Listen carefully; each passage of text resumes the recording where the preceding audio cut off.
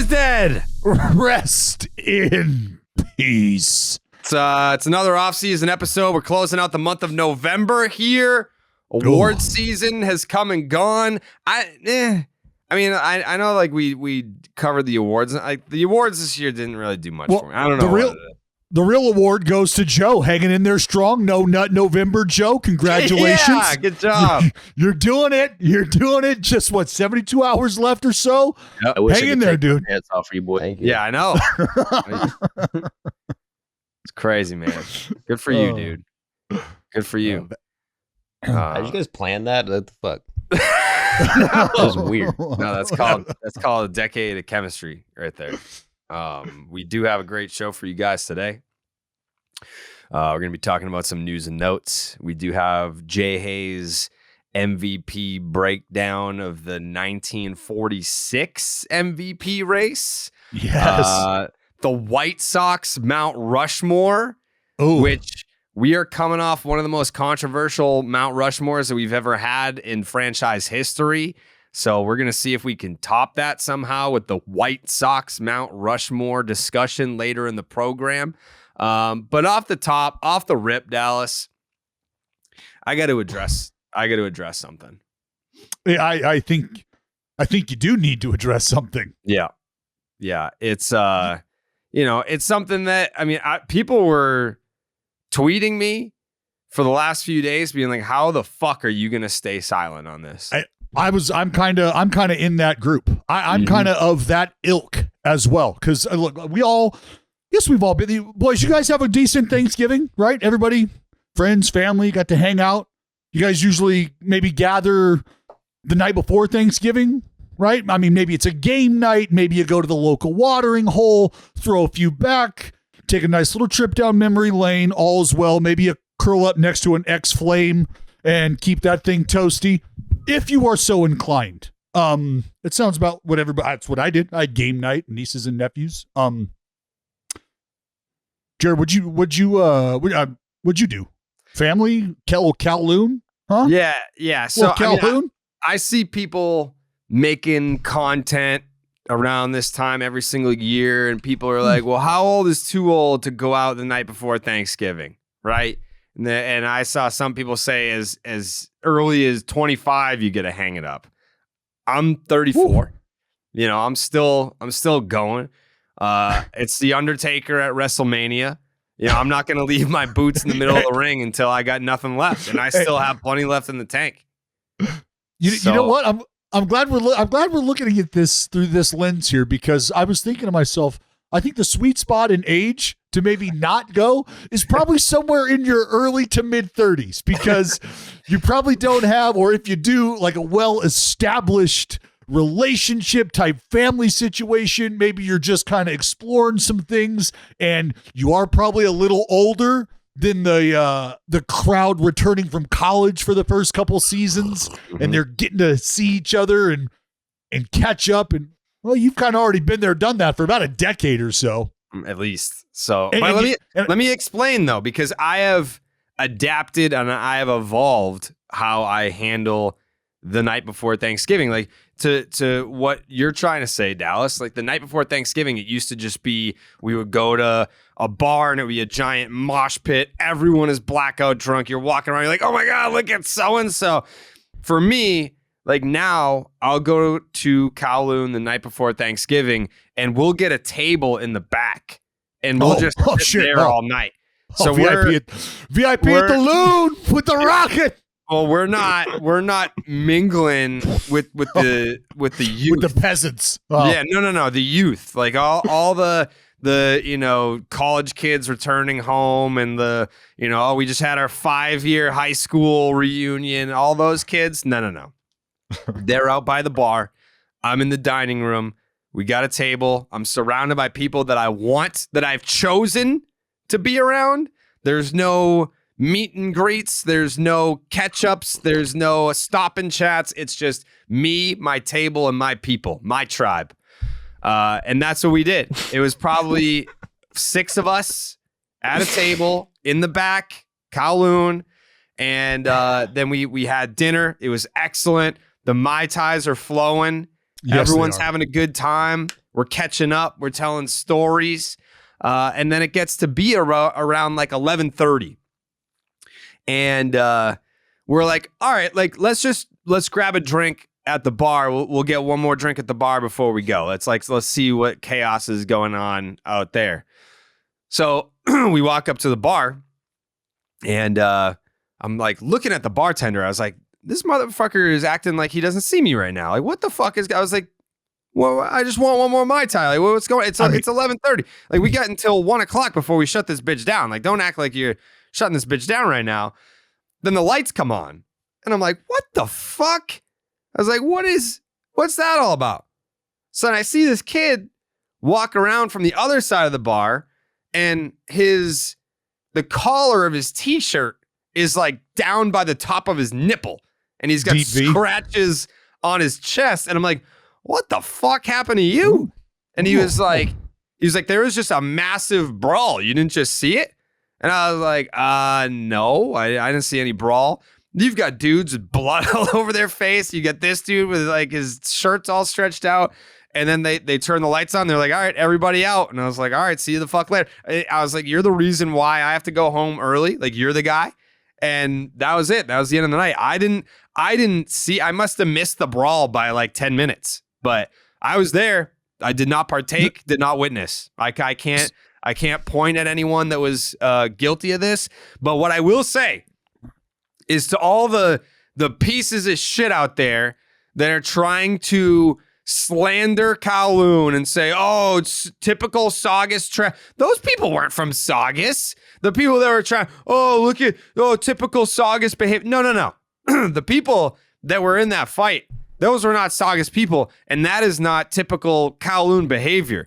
So if you're trying to use this fight as a way to talk down on Saugus or to slander the great name of Kowloon, shame on you. Shame on you. That's not what we do in Saugus. That's never what we've done at Kowloon. And if you think that that's the only fight that took place in the United States of America the night before Thanksgiving, the drinking Super Bowl, then you're a fucking idiot. You're either naive, you're delusional, or you're a liar, or you're a fucking idiot. Those are the only options. If you think that was the only fight that happened in the United States of America was at Kowloon, go fuck yourself. I will not sit here and let people talk down on Kowloon. It is the greatest establishment, not just in the United States, in the world. It is a global brand. It is a global brand.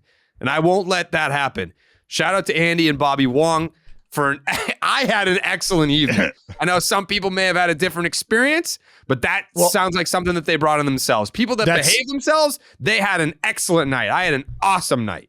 Jared, that is, I hate to say it, that's very elitist of you.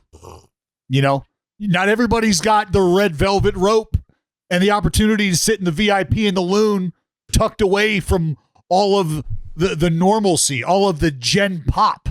You know, not everybody gets to eat on their throne.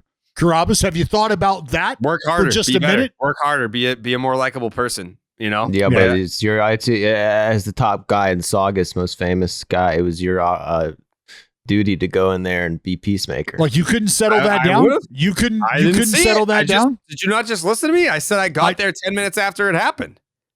Oh my God, they're investigating. You could be in trouble for this, dude. I was going to say, Joe. Rumor has it the FBI has been turned away in their search and request for video footage, the CCTV footage. Apparently, it was down that night. So I guess we'll find out, but find that odd too. Just a tough look, I think, in general. You know, you go to the Loon to blow off some steam and say hello to some folks, and this is what happens. This is how it goes down. Listen, it's not the first time there's been a fight at Kowloon. Won't be the last time, but that it doesn't define us. It doesn't define who we are as people. Bunch of hashtag lunatics. Yeah, but they're all out of towners. It used to be like we used to be a society. Are you telling me that Saugus is the sought after destination for that greater mass metropolis there? Yeah. I would say that you know what? Here, you want some accountability, Dallas? I'll give you some accountability. maybe it's my fault that I made or helped to make Kowloon a global brand, a sought after destination. It's basically me and John Cena. As far as people that are going out there and preaching the good name of Kowloon so that all these out-of-towners want to go there and be a part of it, and then now you have all this violence happening, maybe that's me and John Cena's fault. Maybe it's me and The Rock's fault. I don't know. But it's the holy trinity of Kowloon is me, Dwayne The Rock Johnson, and John Cena. We made that a place where... it was a nice, well-kept secret within Saugus, and now everyone and their mom wants to go there all the time. You know what, Jared? I would argue that I belong on that Mount Rushmore there, but I'm fine with being chiseled off in a little cabin somewhere. You had the opportunity. No, Dallas. You had the opportunity to defend Kowloon in this discussion, and you did the opposite. You're punching. No. See, this is what I was getting ready to do. I was just getting ready to defend Kowloon because I was going to say, please, between John Cena, The Rock, and yourself, I would venture to guess there's only 2 out of 3 of those individuals that have sat down and actually broken bread with Andy Wong. Myself being an individual who has experienced having a meal with Andy Wong in Kowloon itself, I'm not looking to put myself on a pedestal here. I would just like to vouch for the sort of hospitality that you are presented with when you walk in to the Loon, when you are met by the head lunatic, if you will, Mr. Andy Wong. So I am here today to plant the flag of pride of Kowloon, Carrabis. Au contraire, my friend. I would like to see the mass holes tighten it up over there. All right? Me too. No need to be slinging chow mein. Let's have fun. Mm-hmm. Let's enjoy ourselves. The dude got bottled. Dude got bottled by a girl. Her titty popped out. I saw. That was the wherewithal, though. That's what I'm talking about. Like, that's the kind of ride or die you need in the bar with you. What'd he say to you? What? Fuck him. I got something for what? Just a seamless maneuver. Like, that was not the first time she had sought a bottle to either crack over somebody or crack and sharpen and going to try to stick. Like, she was well versed. She's done that before in her surroundings. Yes. Yeah, she's definitely done that before because the fight wasn't even that bad for her to jump in. She was like, "Oh yeah, we've been here." I heard Yamamoto was there that night getting a tour of the city. Yeah, he was. But listen, at the end of the day, he was not a part of the fight. He was at my table, and we were just enjoying some Mai Tais and great conversation talking about baseball. Well, not really the impression you want to leave on a man who's considering. No, he loved it. He's a big UFC fan. He is a big UFC fan. Yeah, he appreciated the enthusiasm from the patrons at Kowloon. But I'll leave it at that because I actually was getting tweets from people saying, "How dare you stay silent on this issue? You're really not going to address this." And I'm a businessman. If I'm going to address, this was on like TMZ. This is like one of the most viral stories to ever hit Saugus, Massachusetts. So I know that, if you want to hear what I have to say about it, you're going to hear it on Baseball is Dead. You're not just going to get it for free on Twitter. So I'm glad you addressed the hashtag lunacy. Mm-hmm. It needed to be done. Some people saying it's a sad day. I don't see it that way, because it's almost beautiful. It's a way for us to rebuild and come back from this. And next year, when I'm officially in my mid-30s and still going, it'll be an opportunity to say, look at us. Look at how far we've come as a people. Yeah, you're a haven for everyone. I invite you to come next year. All of you. It seems pretty violent. I think I should probably stay home. It seems pretty violent.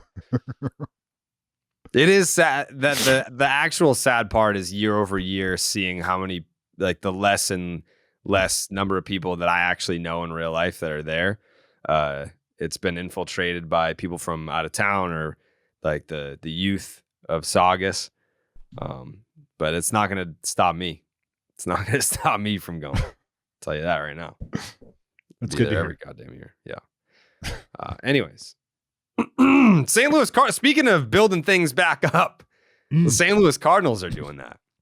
Go get your arms. Yeah, go get your arms. Our rotation sucks. So let's start spending some money on some arms. Well, the first thing I thought was, holy shit, the St. Louis Cardinals have moved their outfield wall back, because it was Lance Lynn that they're like, yep, got to have him, bring him on back. Now, Lance Lynn, not afraid to give up the long ball, but Lance Lynn, very familiar with the division, very familiar with the organization. I don't want to draw like a close parallel to what a Kenta Maeda provides that rotation in Detroit with what Lance Lynn is bringing, because there's other veterans here. Why are people deciding on Detroit early? Like when Eddie signed there, it was in November, and now you have Kenta Maeda picking Detroit in November. Like you picked Detroit in February when there's no other options. Why are people signing with the Tigers early? I think it might just be because of the deals that are made to them. The very simple. Here's the deal. And if you are in that mid-level tier of pitching, if you don't go early, you almost run the. Kenta Maeda is not mid-level. He's like second tier. He's not like the out of the top tier guys. He's in that next tier. So that's what I meant. It's like if he's not top tier, then there's a middle tier, and then there would be the lower tier. So that's how I was looking at it. So if he's not initially one of the first guys off the board, or so you would think, then you run the risk. I think guys run the risk of potentially leaving themselves out in the cold to have to then settle for a deal, as opposed to being able to sort of dictate your situation. So if he's got multiple offers on the table, this is the best one. And then other guys start to drop in places. You don't think that as other guys in that top tier sign, that it won't look more favorably to guys that are in that next tier? So that's the natural progression, right? It's like, oh man, well, if those guys are going, now don't I become all the more valuable to some of these other teams who feel like they have to? Don't sign in Detroit, Jayhay. I get it. I think I think this has less to do with the Detroit Tigers and more to do with this specific pitcher in this instance, because remember, this is coming off one of the most unique contracts in baseball history. This is his first foray into Major League Baseball free agency, and his previous deal was 8 years. Remember, it was the year where it was like a $3 million option, like almost like year after year after year. This is the first time he's gotten out there. This is the first time that he's, I believe, had multiple guaranteed years on his deal at this level in his entire career. So I think like 2 years at $12 million per probably looked pretty good to a guy who had made $25 million over the previous eight seasons in Major League Baseball. Also, a guy who had Tommy John as recently as like just over 2 years ago. Like had the actual surgery, and this was his first season back after missing 22. So like that, and he's old. Like he's an older pitcher, and he's bouncing in between roles as well, right? Like he's been in the bullpen. Yeah, and that was a few years ago. Now he's a starter. So when you were able, like Jay said, when you're able to look at that kind of money and lock it up early, like I was saying, the offer presented to him was just one where he's thinking, yeah, why not? What? Yes.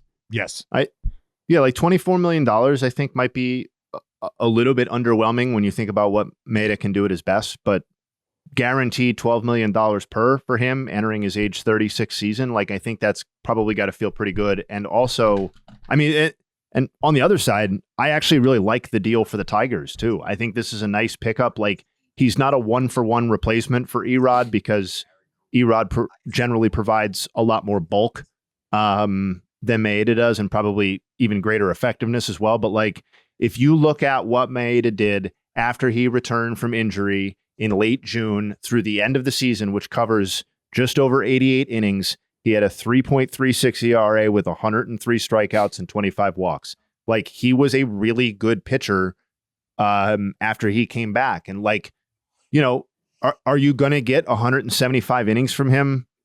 Never again. Never. It's never happening. But if you are worried about maybe the quality as opposed to the quantity that you're getting, I think this is a nice pickup for Detroit, and it's not going to make or break their season regardless. Yeah, I mean, he's going to make more money in these 2 years than he's made in the last 7. And that's the hope, right? You get to this point and you start to really make some cheese, but I think that made it very easy. And I think it's also how much of the expectation for their success is going to fall squarely on the shoulders of Kenta Maeda in that division. Oh, in my opinion, almost zero. Like the entire premise in Detroit is their young pitchers and whether their young pitchers pitch and perform. Wait, why are you laughing? They're not, because they're not young anymore. Well, okay, fine. They're That's getting fine. old, dude. They're young-ish pitchers. They're pitchers who 25? don't have much.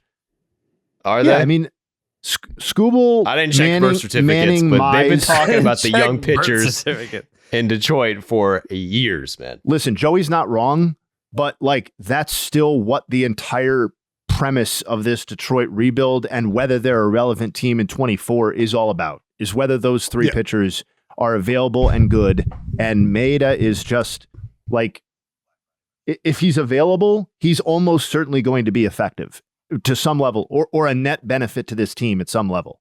Yeah, when you got three guys in your rotation 25 years or younger, I mean, that's a young rotation. Not everybody is Seattle where you got guys that are fucking 22 in their rotation. But I mean, Jesus, if 3/5 of your rotation is 25 or younger, that's youth. And that's where Maeda coming in, trying to just be a veteran that can be dependable to an extent. Like, not going to be the 175 innings, but maybe it's going to be 25 starts that you can count on. Like, that helps balance things out. And if you can have that while these other guys, because Skubal, okay, probably I'd say the tip of the spear of that rotation, coming off a year in which he was bouncing back from Tommy John. So while he did get a year older, there's a year that he did not gain experience in the game. There's still that youth there for him. So, yeah, I think you guys, you're both right. Joe, they're not 19, 20 years old, still fresh, and, we got a couple years to see what is. You need Mize to show you something this year. And I think Kenta Maeda's presence can just kind of help that come along. That's what you're hoping anyway. King Kenta. Are the Cardinals done? Would you take the Cardinals out of the top tier guy sweepstakes? Yep, they're at this done. Point? Open up the phone lines. Cardinals are done. Would you take them out of the top guy sweepstakes at this point? Almost. I think yes. I mean, like you Top, saying Yamamoto. no shot at Yamamoto. No. Like they're not even entertaining a Shohei. Montgomery. I mean, I think Montgomery would be reasonable, but I mean, how many $10 million pitchers can you have in your rotation? 10, 15? I think you'd be surprised. I'd be surprised if they went and got the top tier bros. I mean, they got three guys already, three pitchers in 3 weeks. What's interesting about the Jordan Montgomery situation is, like, this is a team that he just left, right, and went to Texas and won a fucking ring with. So, did you see and experience some things in Texas that have you looking at St. Louis as a place that, you know what, regardless of the competitive offers, I see maybe how far away they actually are from getting to where Texas is and where I would like to be at this point in my career. And maybe I'm willing to entertain lesser offers from another place just because I've already seen what the grass looks like on that side of the fence. I think it's just a numbers game. Their rotation is filled out. Like, it just is. Like, they have Sonny Gray, Michaelis, Kyle Gibson, Lance Lynn, Steven Matz. Steven Matz has 2 years and $24 million guaranteed on his contract this year, 24 and 25. So if you are signing another pitcher, like, I mean, listen, if they want to sign Yamamoto, that's great. He's way better than Steven Matz. He's way better than any of these guys probably. But like, you have your number 5 pitcher has $24 million guaranteed to him. That seems unlikely to be something that they just kind of cast aside or move to a bullpen role, particularly when Steven Matz was, like, on the whole, not terrible. Like, maybe they do envision him in a bullpen role. I don't know, but it seems like they've allotted a decent chunk of money to their rotation. At this point. Could you see him do a trade? I could see him do a trade. There you go, Joe. Maybe you get Snell. They got a lot of bats. They got an outfield that's filled out. If I'm the Cardinals, I'm looking to make a trade. Let's make a deal. Well, that's a point where you can't count them out of the Yamamoto sweepstakes. To Jared's question, are they done? So if they're willing to make a move, and if they've got some resources, even big league ready resources that they can part ways with, then hey, maybe that's a route that they go. They've already showed that they have, I don't want to say soured on Jordan Walker, but they grew impatient with Jordan Walker at a certain point in time. So maybe it's a thought that they can package him and move him in order to really go after a guy that they want. And now you take a guy like Matz and you say, look, we can put these two together and we get Yamamoto, and now we feel like we're ready to make moves. Now we're ready. I think it's a separate question to say, like, are they done versus did they do enough? Well, yeah, does it feel like they've done enough? Like if that's what they do in the rotation, have Sonny Gray, 34-year-old Sonny Gray is your guy, 3 years, $75 million. Like that's. I don't check the odds, but I'm guessing they're probably favored to win the Central, if not very close. I mean, their lineup's good. They sucked ass last year, but yeah, the lineup was just not good last year. But the lineup, that was their pitching staff was what fucked them over. I want to say they actually hit decently. I feel like we're kind of hating on Sonny Gray, or not like that's a big pickup, is it not? It is, but like, is it enough? That's the question. Like, yeah, is it enough? Fair question. It's a fair question. Like, are you winning a World Series with 34-year-old Sonny Gray as your number one? Let's start before that. Are you winning the division? And I think Joey answered that, and I would agree with Joe. Yes, Sonny Gray is a guy who is more than enough. If you've got other complementary pieces in that rotation doing what they should do, plugging a guy like Sonny Gray in absolutely bolsters your chances, especially he makes all of his starts. Like, let's start there. Like, you have a guy that's going to take the ball every fifth day. That's important. Well, no, I mean, and especially when you're getting the sort of production that you're getting with that, when every time he takes the ball, you're getting quality service. You're getting quality production. It's really not a matter of what you're getting. You kind of know what you're going to get. Just so, yeah, those are all reasons for me why Sonny Gray absolutely makes a difference when you start to talk about, are we a postseason team? Are we a team that can compete for the division? Those questions, Sonny Gray for me answers. I think it's pretty clear the Cardinals prioritize, like we were just talking with Maeda about, it's not so much quantity, it's maybe quality that the Tigers pursued in that deal. Sonny Gray is not exactly like this, but I think in the previous two deals with Gibson and Lynn specifically, it was mostly the exact opposite. It was, are you likely to be very available and make lots of starts and provide lots of innings for us in the coming season? And Sonny Gray is like the apex of that guy, right? Like, or at least in the modern game. Like, he just finished second in the Cy Young. He was statistically deserving of finishing where he finished in the Cy Young. Like, there was no wide discrepancy in how wins above replacement, depending on which one you used, viewed his, like, it was all great. Like, and yeah, does Sonny Gray feel like the number one ace level option of a World Series winning team? No, but neither did anybody on this season's Diamondbacks, and they were in the World Series. You know what I mean? Like, so they didn't win it, but I don't know. Does Nate Eovaldi feel like the number one on a World Series winning team? To me, it still feels like no, even though he's been that guy multiple times, maybe. Like, you would add a better point saying the Rangers, because the D-backs at least had Zach Gallen. Like, Zach Gallen is ace level. I don't know. To me, Sonny Gray is just as good as Zach Gallen. So, really, yeah, I mean, yeah. Sonny Gray has performed in the postseason as well. Like that's another layer to that. What, Sonny Gray is 20? Well, since the start of 22, Sonny Gray's got over 300 innings of a 2.90 ERA. Like, since his Twins era. He's good. And it's not like pitchers go to the Cardinals and generally become like a lot worse historically. I think what we're not saying is that we have concerns about, like when he pitched in New York and just completely shit his pants. Like, St. Louis is not New York, but it's, St. Louis is a bigger stage than Minnesota.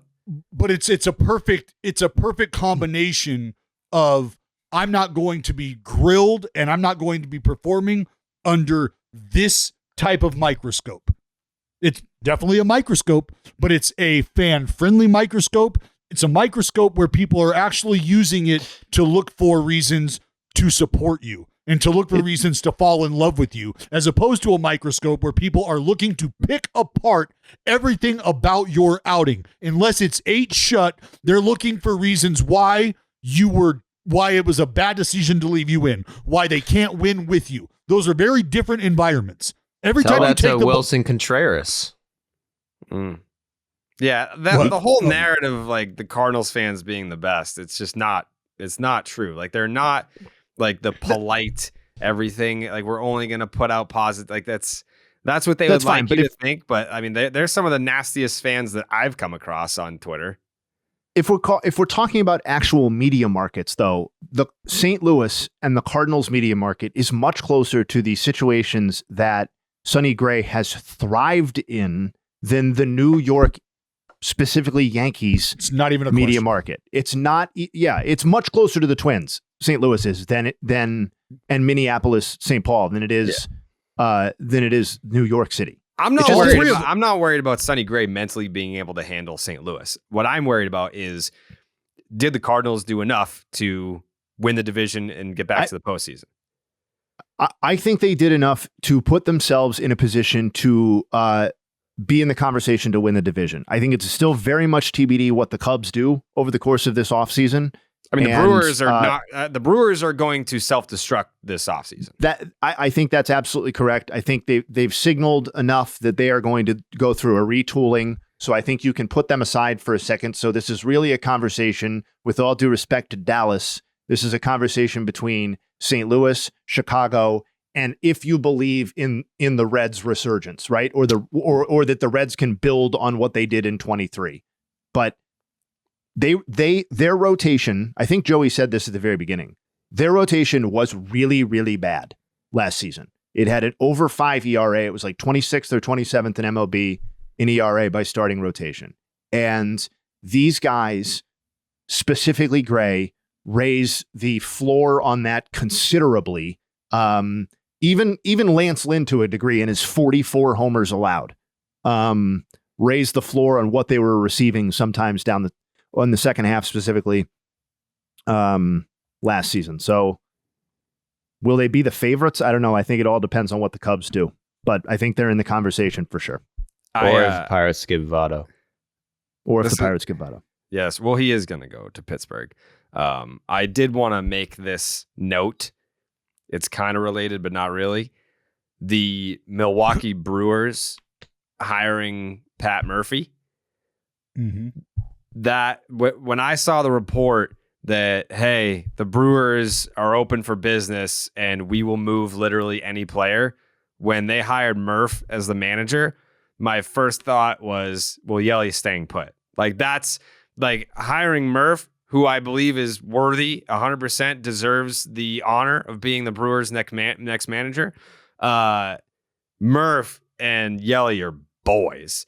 So that to me sounds like the Brewers going to Yelly being like, hey, we're about to fucking blow this thing up and it's going to suck next year. But, Murph's the manager. So like we'll try our best to keep you somewhat happy because it's not going to be in the win column. I mean, very, very possible. Very possible. Because you need somebody who is in a spot where they can take those lumps.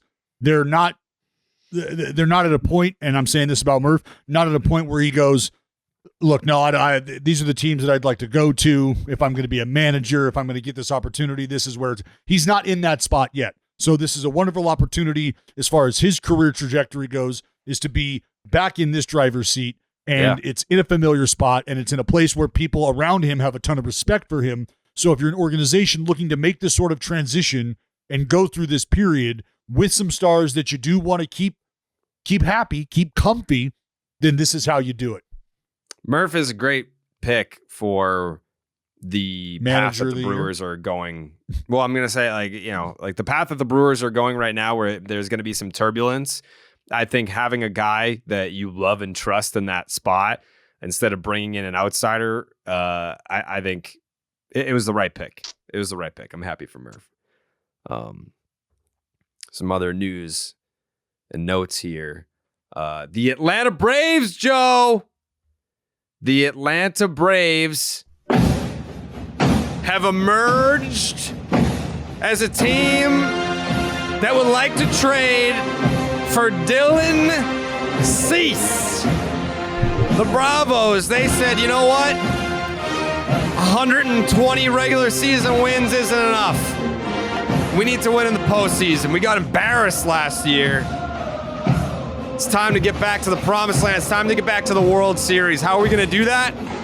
We're going to trade for Dylan Cease. How are the Braves going to put together a package for Dylan Cease? And is that a path that you want to go down? Is that obviously you would love to have Dylan Cease on your team, but are you willing to part with what it would cost? Who you got to give up? You got to give up Vaughn Grissom. Yep. Grissom's gone. Mm-hmm. You think they asked for big league ready talent?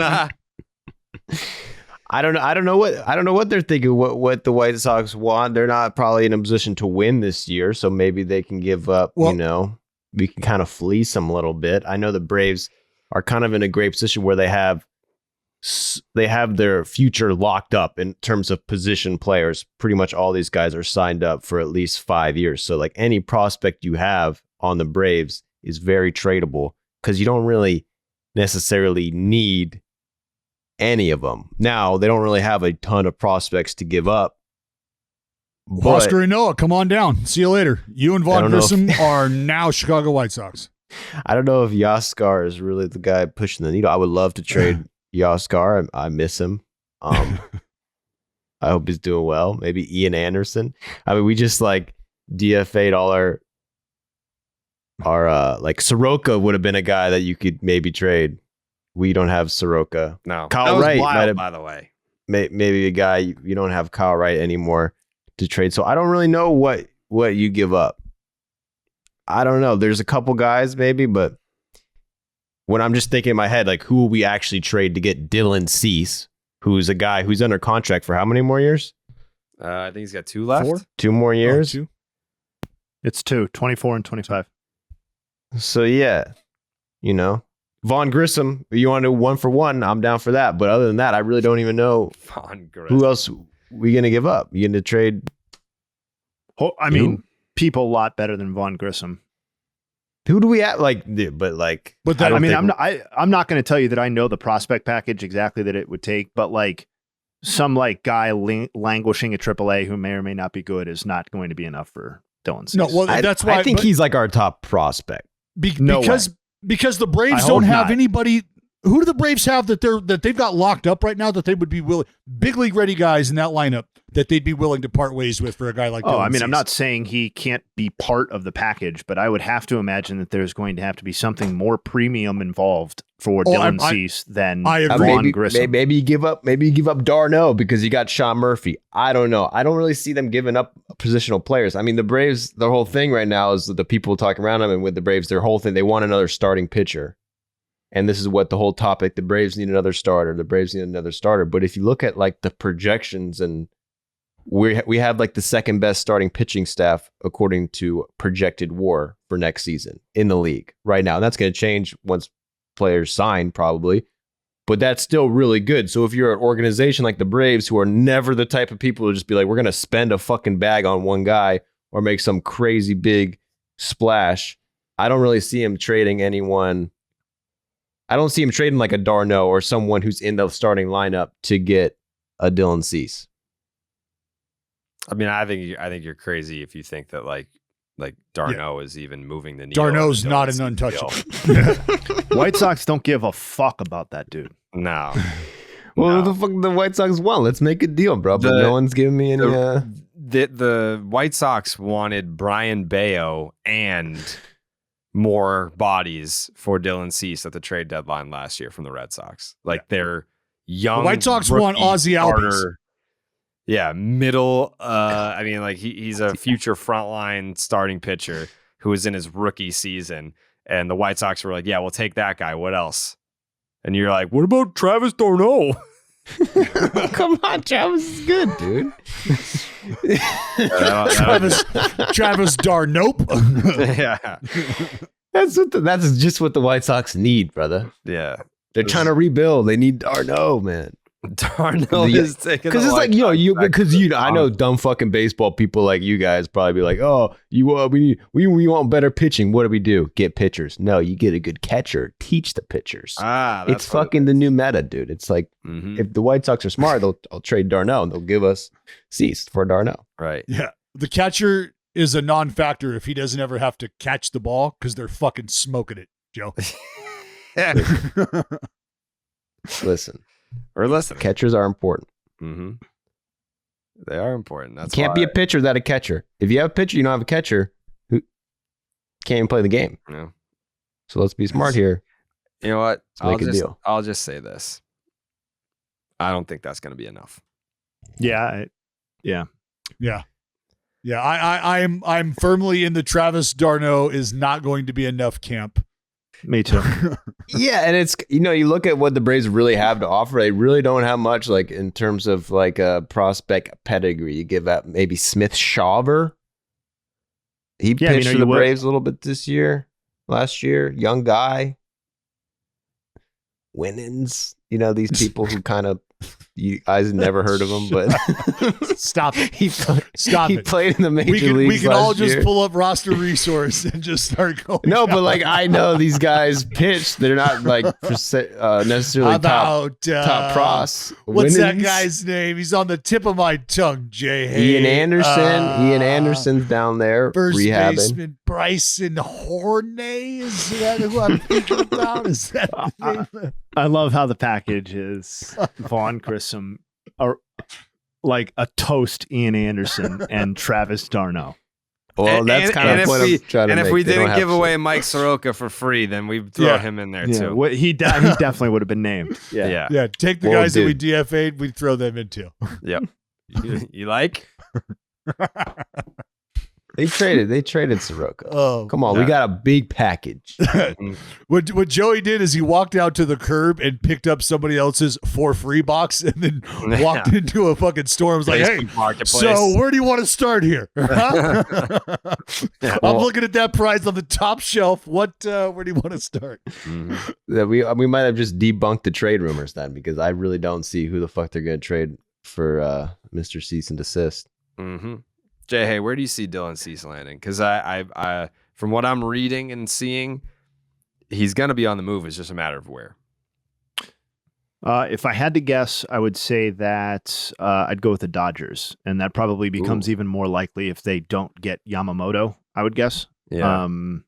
But they seem to be motivated to. I mean, they're one of the teams that's named in the Nightingale thing along with the Braves, and they do, I would think, have the prospect pedigree to exceed what the Braves can offer if they're inclined to do so. And they seem motivated to improve the team, or at least the top part of the rotation after the transition year that we saw from the rotation in 23. What about the Texas Rangers? Cowboy. What about the Texas Rangers? Coming off a World Series, they, who knows, the whole DeGrom thing. They've got to deal with that.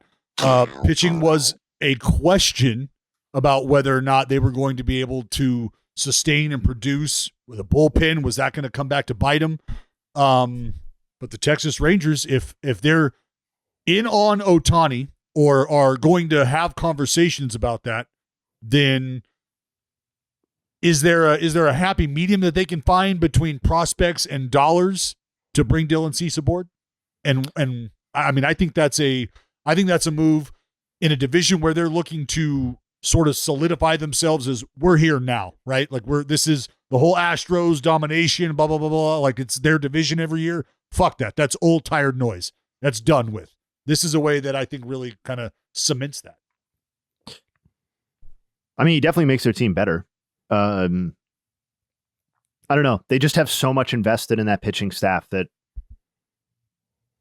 in some sense, I would be loath to part with more prospect capital to add another arm to that mix, particularly one that I feel like it's not like Dylan Cease is a sure thing top of the rotation answer right now, right? He's more of like a guy who possesses all of the tools to be that guy and was 90% of that guy in 2022 and then took a non-trivial step back last. Like his ERA was twice what it was in 22 this what past was his season. FIP last year? So it's in 22 it was 3.10 and last season it was 3.72. So you still have the makings of still there. Like, and he still missed a lot of bats, 214 strikeouts and 177 innings, still made a lot of starts. Like there's reasons to be really, really excited about somebody like this, but it's still the same deal. 79 walks, 14 wild pitches. If you want to nitpick, his strikeout rate is going incrementally in the wrong direction. So I don't know. Dallas is right that he definitely would be a statement and make the team better than they are right now. Like starts that you're taking away from Heaney or Dunning make the Rangers better in 23 or in 24 and what should be a very competitive division again, I would think. But I don't know, man. Like I'd almost rather just kind of sit on my hands a little bit, I guess. I just think that the teams that have been outwardly acknowledging that they're going to be in on or pursuing Shohei Ohtani to an extent, doesn't that automatically sort of redirect you into being willing to shop for a Yamamoto type, and then you kind of fall back into a guy like Dylan Cease? Because if you're willing to go the Ohtani route, then you're willing to write a check. If you're willing to write a check, don't you want to write that check to a guy like Yamamoto, who's a 3-time fucking Sawamura Award winner over there? Remember, they don't even give that fucking award out every year unless somebody deserves it. He's won that some bitch 3 times. All right. I almost see the connection more as Yamamoto Cease and Ohtani being his own thing. Like Ohtani is just a batter next season. So for teams that need an upgrade on their rotation, he's not solving that for 24 in the way that Yamamoto or Cease do. I hear you on the money expenditure, but to me, it's like the indicator is if a team is in on Yamamoto, then you would think the teams that don't get him would pivot. Or be similarly interested in Dylan Cease at a prospect cost. That I see for sure. Yes. Yeah. That's kind of where. So that's what makes this interesting. Like, do you feel like you've got, like, is there a more attractive prospect package to put together to get a guy like Cease because you're not necessarily comfortable writing that check, or you feel like that's just a more viable route for you to take as an organization? That's the one thing that we haven't mentioned here is because I think Cease is going to go. I think Eloy is going to go. I think Moncada is going to go. Is there a team that puts together a package for Cease and Eloy? To take multiple, yeah. Mm-hmm. Yeah. Doesn't Eloy feel like a candidate to go to like a second tier contender? Yeah, like they're gonna try to figure out a way that they can hide him out in the outfield somewhere, plug him into the DH spot, and maybe they can benefit from having some other guys around him, and he doesn't. And it's just a new scene for him. Yeah, like I see him on a Toronto or a Seattle or, I'm trying to think of another good a Miami or. I don't know. I just feel like he's a flawed enough player where the truly elite teams in the league are like, I just feel like Cease is a much more attractive candidate and is a much more easier plug into contending teams than like a below average corner outfielder who's routinely unavailable and may or may not actually be like a real offensive asset. Like Eloy has lots of questions coming into 24. In basically all facets of the game. Like, can you defend enough to stay on the field and be a net positive? Is your bat going to carry you like we all thought it would? And B, can you fucking stay on the field, period? And like, to me, maybe there is a fit where it's like they both need help in the rotation, and a guy like that. I feel like some team that doesn't want to spend a ton of money but wants to add a guy who could be like Jorge Soler via trade is going to be the team that adds Eloy. I would almost think about, like, that's an interesting thought, but I would almost think about packaging Moncada and Cease together, because Moncada is still a guy who, like, correct me if I'm wrong here, but didn't this dude get MVP votes at one point in time? He did get he finished votes 21st. in 19. Yeah. No, I'm not saying he was like a top 5 finisher. I mean, but I just remember like this dude, like people were actually voting for this dude for MVP at one point in time. Guy is a switch hitter. He can play a couple different spots in the infield. And is there, I don't know, is there more to what Yoan Moncada brings to the table being a viable option for teams now as we've watched the game evolve? Maybe Yoan Moncada, a guy that you can move around a little bit. I mean, he's not a huge stolen base threat. Maybe that's something that kind of changes. I mean, he's stolen 10 bags, I believe, but that's, I don't know. Like we talk about trying to hide Eloy and whether or not he's going to be the offensive producer that you hope for. Is there more to getting out of Moncada, a switch hitter who might be able to put the ball in play? I don't know. I also don't get the sense that Lou Bob's going anywhere. God, I'm so glad I don't like the White Sox. That would suck. But doesn't it feel like Lou Coming Bob up would next, the White Sox Mount Rushmore segment. Stick around, White Sox fans. It's gonna be great. But I don't know. I could see Cease in a package. I could see Lou Bob staying put. We're gonna have to wait and cease what happens. You know what I mean? You better cease it. Oh man. Yeah, he's going to them Rangers, boy. You already know. I'm going to the fridge after this podcast because I need some blue moons, and you already know that. Yeah, the blue moons were also flowing at Kowloon. We had they were. Yeah, they were. Baseball may be finished, but there's a new season to be happy about, and that's the holiday season. And the beer that was perfect for baseball, well, guess what? It's also perfect for a brighter holiday. From its bold, refreshing flavor to its beautiful, bright color, Blue Moon Belgian-style wheat ale is made brighter for the holidays. I've already got a bunch of Blue Moons ready to go. Just put up my tree. I don't know how you guys feel about that. That's like a right after Thanksgiving type deal, no? Or do you get away for December? Are you guys December people or after No. Thanksgiving? No, I would, if I wasn't up north for Thanksgiving, we'd have had our tree the day after, bro. There you go. Yeah, I put that bitch up on Friday. My first ever Christmas tree. I've never had a Christmas tree before. Congratulations. Yep. Is it real? Is it real? No. It's a. Oh my God! Yeah, no! Fuck you guys! No, fuck you! It's no, fuck you! No! It's one of the dude. It's one of the Christmas trees. I can control it on my phone. It does all different kinds of like disgusting. Absolutely disgusting. No, fuck you! It's a great fucking tree. Disgusting. Yeah, I'm sure it is. Yeah, it's a great tree. The power doesn't go out, so your fucking tree doesn't go out. Yeah, it's this is the problem with analytics and nerds and shit, dude. This is bullshit. Yeah, exactly. This is analytics destroying the holidays at its best right here. Nah, it's a good tree. I like it. I like looking at it. And I like looking at blue moons, empty blue moons. Because I mean, someone had a good time.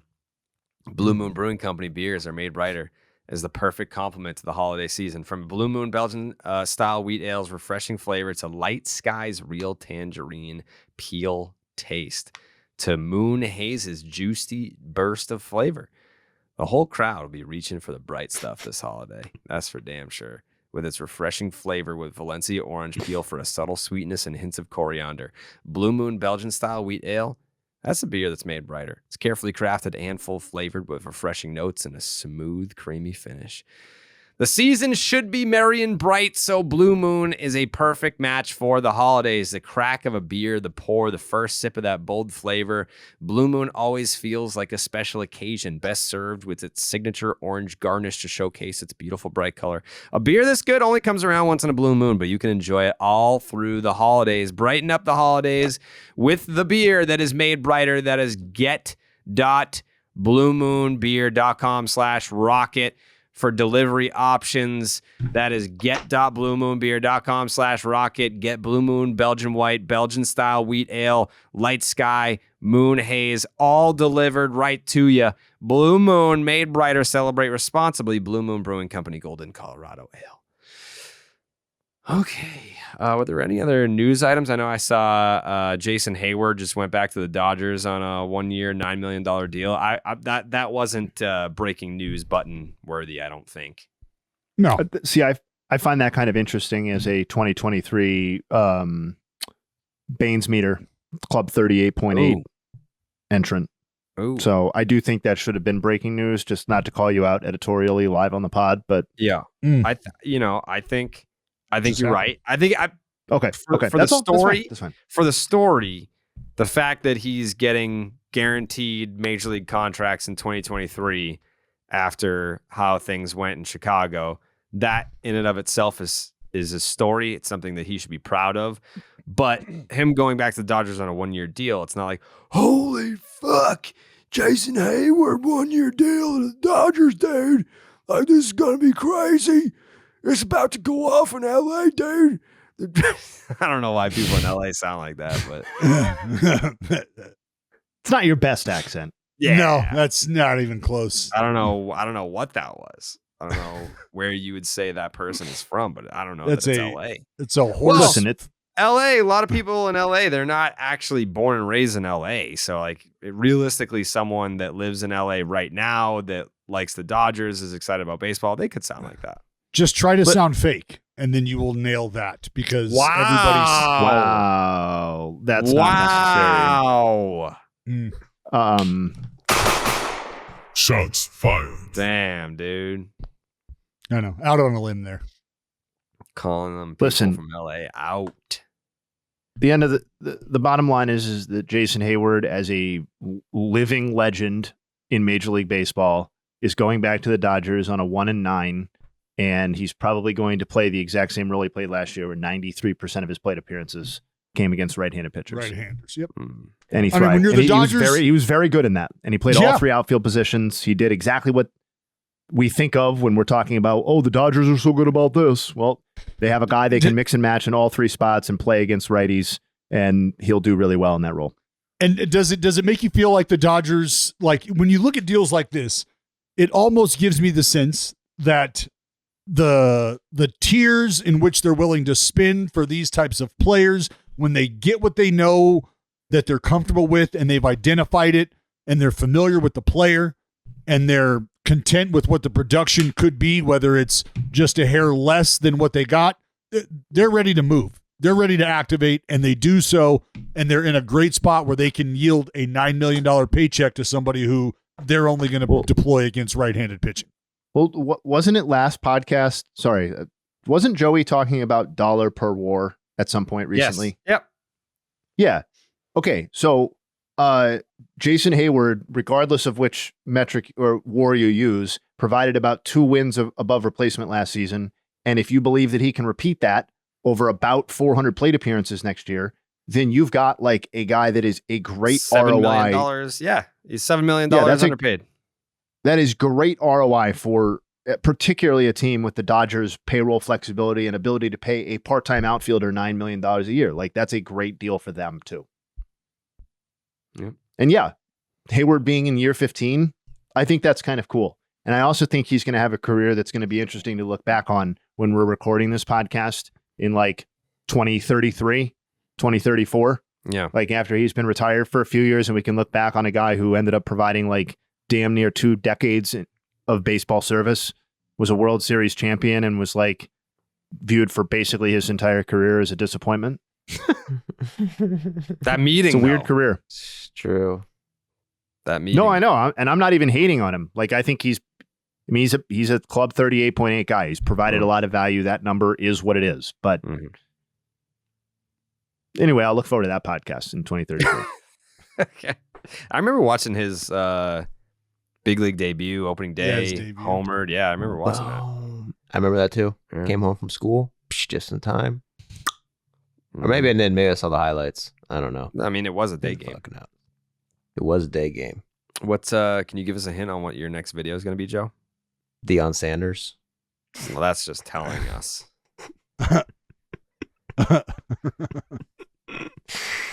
It's Prime, baby. That's a great sponsorship opportunity for the video, Joe. Yeah, it's true. Oh, Prime, the energy drink? Yeah, Hey. Colorado football. Or them, yeah. When are you dropping it? Thursday, I think. Hopefully, Okay. if we could put the pieces together in time. A lot of moving parts. Words need to be recorded and edited, and then you got to put music on it. Oh my god, you got to do the thumbnail and shit. Holy shit, you know what I'm saying? There's a lot going on there, yeah. So yeah. Okay. All right. Be on the lookout for that on Thursday. Jayhay!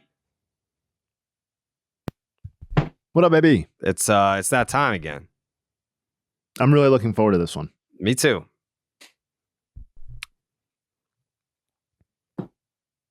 It's the 1946 MVP It is. breakdown. Mm-hmm. Couple of things to know right off the bat here. We're dealing with Ted Williams in the AL. We're dealing with Stan Musial in the NL. Two dogs. Two lifelong same team Hall of Famers that played over 20 years in the big leagues. Yeah, all-time legends, inner circle guys. A few other headlines here to provide some context. These guys are both in 1946. They are both back in the major leagues for the first time after missing full seasons due to war service. And they're playing each other in the World Series. Hold on. Ted Williams missed 43 to 45. Musial missed just 1945 due to war service. So they win the MVPs in their first seasons back. To Jared's point, they faced each other in the World Series. And I want to give you guys a little bit of a trivia question right off the bat. Can you guys name, obviously we don't know the MVP winners at the time that they're playing in the World Series now. So it's a little bit hard to remember because it's not something that's like marketed during the World Series. But can you guys remember the last time that the AL and NL MVP winners faced each other in the World Series? Most recent time. Ooh. There have been two instances in the lifetime of everybody on this podcast. So Dallas was born in 83. So from 1983 to the present, it's happened twice. Can you name either the most recent or any of them? 2000 and was it 2006? It was not. It was not. I'll come through unless anybody wants to take a guess. It was 2012 when Miguel Cabrera and Buster Posey faced each other in the World Series. They were the AL and NL MVP winners about a month and a half later. And the other example in our lifetimes is Jose Canseco and Kirk Gibson in the 1988 World Series. So that's another fun fact. Very rarely do, in fact, about once a decade over the last 40 or so years, do MVPs face each other in the World Series, or the current MVPs. And then it is also the final season before integration begins. So 1947, Jackie Robinson is in Major League Baseball. 1946, obviously that hasn't happened yet. So without further ado, that's kind of the groundwork here. Since it is Jared's podcast, let's start with Ted Williams. Absolutely mammoth season. And I'll give away the conclusion when I say that this is 100% deserved. Nothing about Ted Williams' MVP win this year needs to be disputed or discredited in any way. Instead, we're going to spend the time giving context as to how great it was. He hit .342 with a .497 on base percentage and a .667 slugging, which is good for a 1.164 OPS. That .497 on base percentage is tied for the 12th highest ever in a single season in the AL. And just to give context as to how great he is, it's only tied for the 6th highest season in Ted Williams' own career. So of the 12 highest single season on base percentages in AL history, Ted Williams owns about half of them. If you look at his OPS plus, which is .215 in this season, that is the 14th best single season mark in AL history and the 4th best by him. It was, what does wins above replacement say? He had 10.6 B-WAR in this season. That's tied for the 15th highest single season mark in AL history. And to give you a modern comp, that's the exact same number that Aaron Judge put up in his MVP campaign of 2022. So different stat lines, different ways they contributed, but basically Ted Williams' 1946 season is Aaron Judge's 2022 season. What's weird about that then is how it was not a consensus at all, which seems to be something that plagues Ted Williams, where with the benefit of hindsight, I feel like he would be more appreciated and his MVPs would be more numerous. This was one of only two that he, quote unquote, only two that he won in his career. He also won in 1949, so 3 years later. But he 8 different people received first place votes in this MVP voting. Now, Ted Williams, like Hal Newhouser was the closest guy to him. And this ultimately, when we talk about who were the competitors to Ted Williams for this MVP award, it was really 2 pitchers statistically. It was Hal Newhouser and it was Bob Feller. Yep. Dallas nailed it. So those guys, Ted Williams had 10.6 B-WAR, Feller had 9.7, Newhouser had 9.6. To give a little bit of a historical angle, Newhouser finished second in the actual voting. That would have been Newhouser's 3rd straight MVP. He won in 44 and 45. And just as a side note on him, so we can all appreciate him too, over the 3-year period from 1944 to 46, his average season was 306 innings pitched and a 1.99 ERA. Jesus. In the year that Ted Williams defeated Bob Feller and Hal Newhouser for the MVP, those 2 pitchers combined for 65 complete games, 16 shutouts, and almost, I'm not kidding, almost 800 innings pitched. Jesus Christ. Sorry, almost 700 innings pitched combined. And Newhouser had a 1.94. Yeah, and over 600 punch outs. So Ted Williams really had to climb a real hill to bring home his first MVP, which this one was.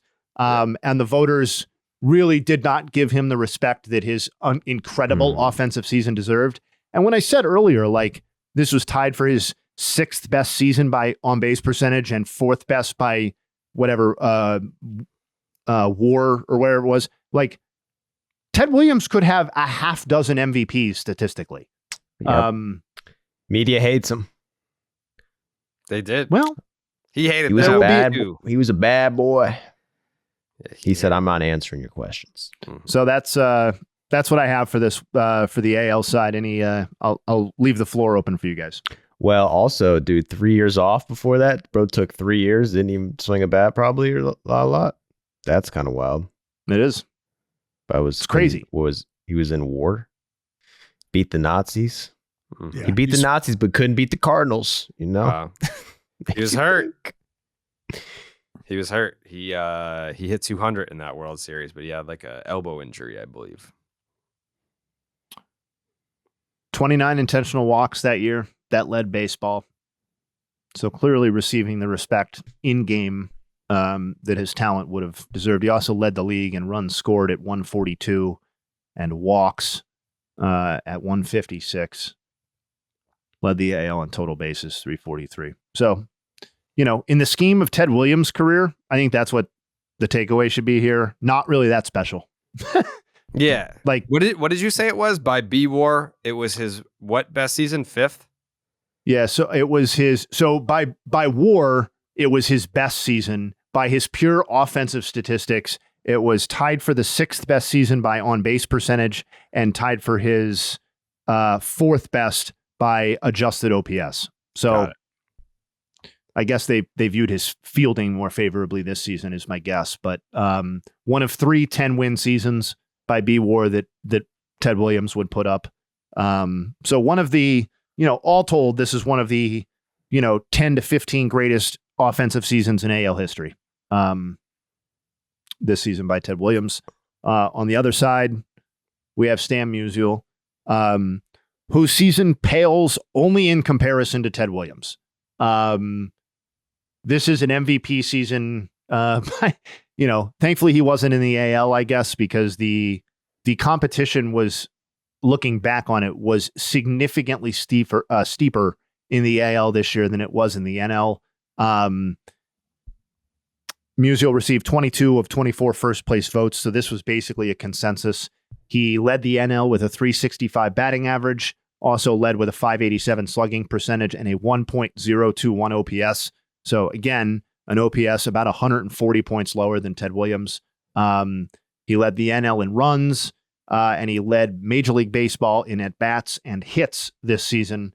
It is the only season. I mean, this is... I made sure to look at this because I don't recall ever seeing anything like this, and turns out there hasn't been anything like this. This is the only season in Major League Baseball history to feature 15 homers, 50 doubles, and 20 triples. Stan Musial hit 20 triples this season. I know I don't think people our age think of Stan Musial as a really fast guy or a guy who's likely to rack up triples. He led baseball in triples this season, and this was one of 3 seasons he led Major League Baseball in triples, and there were 2 other seasons where he led just the NL in triples. He finished with 177 triples in his career. A truly unique season statistically in that regard, and that doesn't even factor in the fact that he won the batting title as well. As I said, this was his first season back from war. This was his second of 3 MVPs. Come back from fucking war and win the MVP. Just drop a 365, 20 triples on their ass. Should be like, what have you idiots been doing this whole time? Also in war, to be fair. Yeah, some of them were at war. Yep. Some of them. This was the sandwich, the middle of his 3 MVPs. He won 1 in 43 before he left for war, and then won 2 years later in 48 when he led the NL with 131 RBI and hit 376. What does wins above replacement say? Easily Stan Musial's MVP. No dispute here. It was 9.3, which was more than the number 2 and number 3 people in the voting combined, Dixie Walker and Musial's teammate Enos Slaughter. One of the things you're likely to find, just as an aside in these old MVP votings, is that teammates oftentimes are clustered at the top of the voting. So they really, really valued team success back then. And I don't think that's necessarily a surprise to the voters, but it was rarely attributed to just one dude. Like in the AL, part of Ted Williams' problem was that he was splitting votes with 2 teammates. Actually, 3 teammates received first place votes in addition to Ted Williams, and Dom DiMaggio didn't receive any first place votes. Neither did Rudy York, but they received actual MVP votes as well. So if I'm counting here, there were 7 Boston Red Sox who received at least some MVP consideration in 1946 in the voting, including the number 3 and number 4 finishers. And Musial, same deal. Enos Slaughter and another teammate finished 3 and 4. So just kind of Johnny Pesky get votes? Yeah, Johnny Pesky finished 4th. Yeah. Damn, seven MVP candidates and you still lost. Losers. Bobby Doerr finished number 3. So a lot of teammates there. One other thing, what does WAR say? 9.3. The closest people were Johnny Sane at 8.0, and he finished 5th in the voting. So we'll have plenty to complain about as these awards go throughout this segment, but Ted Williams and Stan Musial received very deserving MVPs that season, and really kind of unique offensive and overall seasons within the history of Major League Baseball. Now, if we're going to do a MVP on nicknames, who wins? Stan the Man or Teddy? What's Teddy Ballgame? Splendid Splinter. That's tough. That's tough, right? I mean, it's tough to beat Stan the Man, isn't it? I mean, the Like just the Splendid man? Splinter. You kidding me? That does have a nice old-timey feel to it. And Teddy Ballgame. Ball game. Yeah, ball That just game. like ball game is interpreted so many different, like Teddy ball game, like Teddy, it's over. Teddy ball game. Teddy plays the ball, like just Teddy ball game. Ball game. What's your nickname? Fucking ball game. Yeah, Well, he had 3. He had a lot. He had 4 nicknames. Mr. Ballgame. Mr. Ballgame. Yeah, I don't think. I mean, you could just say Yeah. Ted. Like you can't just say Stan. You say Stan, people think of an Eminem song. You say Ted, people think of Ted Williams.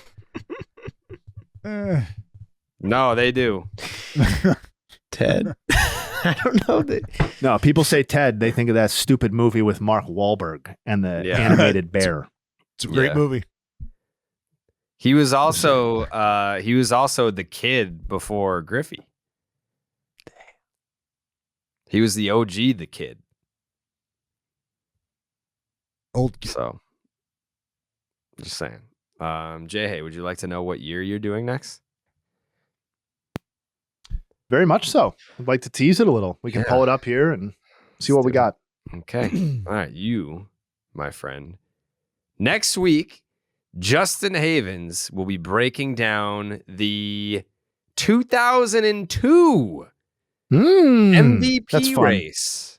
So we've got some distance, but names that will be familiar to many listeners. Barry. Okay. Barry and fucking from Hot to Hotta. It is Barry and Miguel Tejada. That's right. So yeah. Barry Dallas better bring it. his Dallas better bring his most impassioned Miguel Tejada defense because he was like none of the numbers are going to support it. I already know that. Yeah. This is going to be A-Rod, right? It's A-Rod? Yeah. I don't want to spoil. Here's the way I'll spoil it. It could be like 8 guys instead of Miguel Tejada. This is one of the more dubious modern MVP votings. What are you talking about, Jayhay? Not so on the NL side, but the AL we will have a field day with, and on the NL we'll kind of do what we did with Ted Williams just now, which is kind of gawk at stupid ass numbers. Isn't put up if I remember the GOAT. He led the league in RBI, I think that was it. They were like, "Oh, he drove in runs." No, but this who Miggy? Yeah. No, he didn't. Jared, I don't want to spoil it, but he didn't even do that. Yeah, Jared. What did he lead the league in? It's games. He played 162. I'm not even. Yeah, he played 162, and that's not even an argument he had over A-Rod because he also did that. It's stupid MVP. I can't wait to talk about it. It's great. It's great. And the NL, Jayhay, correct me if I'm wrong. This is one like where we started to have the pitcher conversation.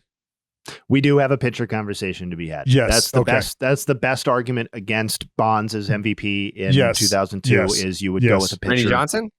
Yes. So we'll talk about that. We'll see whether Randy really had a good case. The voters really did not think so. But we'll save that for next time. Okay. Bullshit. Okay. I'm excited for this one because that's one of the more egregiously wrong MVPs of my lifetime is Miguel Tejada winning that one. And then not only winning that award, but then to have Hollywood step in and make a whole fucking movie about that season and not even mention him. Like we just, we made it. We won 100-something games. We had won 20 straight. And we did it all because of fucking Scott Hatterberg, man. We couldn't have done it without Scotty. When you think about it like that, Jared, it's you had an MVP winner who did not deserve the MVP. No. You had a 3-headed Cy Young caliber staff that did not receive any acknowledgement. And it was Scott Hatterberg and Ron Washington who really played the pivotal parts outside of obviously Brad Pitt and Billy B. Well, do you remember when we interviewed Barry Zito? He told us that Mulder, Zito, and Hudson filmed a cameo for the movie and they just couldn't find a spot for it, so they didn't use it. Dude, trust me. They were gonna play themselves in the movie and they were just like, I don't see how this fits into the plot. Maybe they just were bad actors. Maybe. I don't know. I mean, the movie did pretty good in the box office. It did. It's one of my favorite movies. I just wish that, I wish I could suspend belief a little bit more than I allowed my brain to. I was being too much of a history snob to enjoy it to the full extent. I wish I had the ignorance. Well, yeah, that for other sure. People in the movie theater had that night.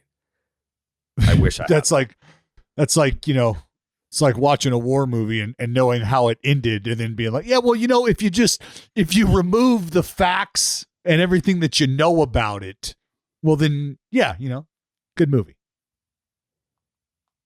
You guys ready to do this? This little fucking. This little dance? Ready to chisel away at the pale hose Mount Rushmore? What state is Mount Rushmore in? It is in Vermont.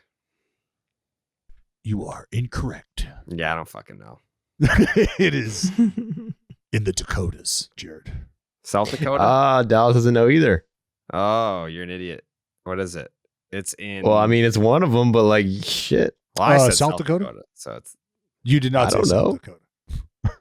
When you said the Dakotas, I said South Dakota. No. I mean, I had a 50-50 shot.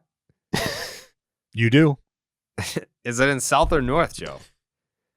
It's in South Mount Dakota. Rushmore. I asked the question not knowing where it was, so it's in South Dakota. It is South Dakota. Sake. Well, we got to fact check you, Dal. Sometimes That is true. Sometimes you do have to fact check. That whole Matt Olson scandal. No. Remember, I am not responsible for that. Jared feels like he was brainwashed because Matt Chapman, Point is, Joe's live fact checking is appreciated, and I'm not angry at it either. I understand. Yeah. This guy thinks that he can just brainwash people and not be held responsible for their actions. Yeah, just fucking gaslighting people. You got Manchurian candidated, and that is not my issue. That was good. All right, it's time for the White Sox Mount Rushmore. This one's interesting because I feel like there's like, if you would look at it from a statistical perspective, there's a clear number one, and I don't have him on mine just because I'm like, I don't even know who the fuck that guy is.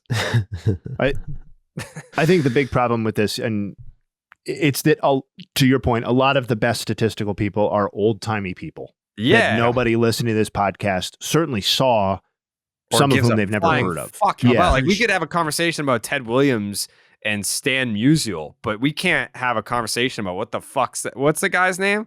Luke Appling? Luke Appling. Who the fuck is Luke Appling? You don't want to talk about Louis Aparicio? Luscious Luke? Come on, man. Come on, we can talk about Louis. We can talk about Louis, can't you? Crazy. Luke Appling was born on April 2nd, 1907.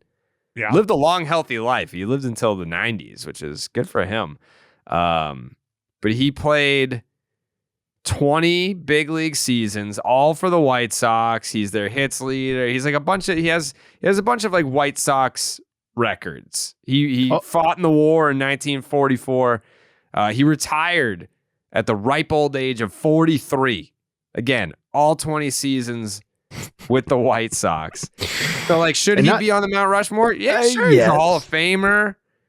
But I don't know. I don't know who the fuck this guy is. I never heard of him. Reg Faber? Come on. Hall of Famer, 2 decades with the same team. Has one of the great all-time nicknames in Major League Baseball history. Appling does. Old Aches and Pains. Because he would bitch so much about what was bothering him. No, seriously. Go look it up. Old Aches and Pains. I mean, I can't have that on my Mount Rushmore. I can't have that. Either enhances his candidacy or hurts it, depending on your perspective. I think it makes it better, but hurts it for me. But listen, like, 50% of their best candidates are black and white photos, basically. Yeah. Yes. And most of their best pitching candidates that describes. Yes. And some of their best candidates are both black and white and like spent a significant chunk of their team of their careers on the best player in baseball history to have donned a White Sox uniform is almost certainly Eddie Collins. And it's kind of hard. He's got like 120 wins above replacement, but it's hard to put him on a White Sox Mount Rushmore when he spent more seasons with another team, right? Yeah, he didn't do it, Jay. He did like I was looking at the Eddie Collins thing, and what's interesting about that is you're talking about a dude who played 25 years in the game of baseball, okay? And at the end of his tenure in Philly, he rattles off 4 MVP-type seasons. He doesn't finish any lower than 6 He wins the MVP on the way out of Philly. And then you go 7 years without an MVP type performance, 8 years, and then then all of a sudden, 22, 23, 24, he rattles off top 5 MVP seasons back to back to back. And those were the seasons that get your attention when it comes to his tenure as a Chicago White Sox. So, like you said, he won the MVP in fucking Philly. He debuted the year the air conditioner was invented. I mean, we're also building this Mount Rushmore now, right? It's not like something that has been built progressively over the history of the team. So it's like we can make these decisions with a little bit of context. And I do feel like I'm not totally weighting it to the modern era, but I do think you would build a Mount Rushmore that would be able to connect to modern fans if there are ties or tie breaks to be had here. And like, this is one of the more uniquely difficult ones because like, I think it was Discord or Reddit that I was reading, or maybe Twitter, but it was like, they were responding to this question that I posed, like, who should be on this one, with a reference to the Brewers one, where it was like, well, if Bob Uecker makes the Brewers, then Hawk Harrelson should make the White Sox. And as much as I love Hawk, who I've listened to more in my life than I've listened to Uecker, frankly, that's an apples and oranges thing, because the White Sox have like 60 years of history that the Brewers don't have to tap into. So like the fact that an announcer is making the Brewers Hall of Fame actually has no bearing on this situation, because there are like twice as many good candidates, like people in the real Hall of Fame to choose from for the White Sox. The If you want to put Hawk, Hall that's of fine, Fame. but it's not the same thing.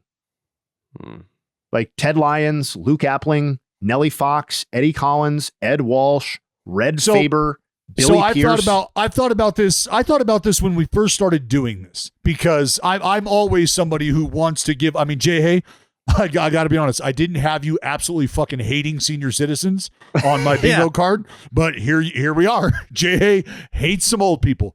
I always want to give credit, because just as a ball player, you don't have the opportunities you have if it's not for the guys before you that change the game, that just allow the game to kind of grow and become what it is because of their successes. You have to acknowledge that. And we can always get into the era versus era conversation, which is fun to have. And it's also exhausting at times, because we ultimately know that there's no comparing the eras. They are what they are. They meant what they meant. The players during those eras are who they are.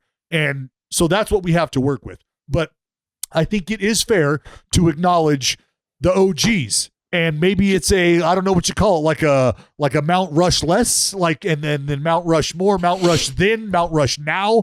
I don't know, but I'm okay with honoring the old people. What's uniquely difficult about this team is that it's very hard to distinguish among the old people who is actually the best player within the franchise. Because you talked about Appling, and he was like, oh, all 20 seasons with the White Sox. Damn, that sounds impressive, until we also continue reading that Ted Lyons spent all 21 seasons with the White Sox. And Red Faber spent all 20 seasons with the White Sox. And it's like, okay. And it's like, okay. And like Ed Walsh, who didn't have quite the duration, spent 13 of his 14 seasons with the White Sox. So it's like, okay, that sounds special that these guys are all lifetime White Sox and they're all at the top of their leaderboards. But like, how are we in 2023 distinguishing between Luke Appling, Ted Lyons, Red Faber, Ed Walsh, and Eddie Collins? Like, to me, it's like not to like put them all in the same boat and just kind of move them to the side. But I think the White Sox have viable candidates that have come within the last 100 years of life that that can make a Mount Rushmore. And if none of these guys are standing out above, if none of these guys are standing above the other one, then to me, it's okay to be like, okay, I'm going to lean more modern.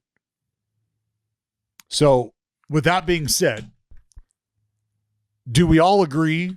Do we just want to rattle off our four? Because I feel like there's a name that we can all agree on. Pick. Yeah, Frank Thomas.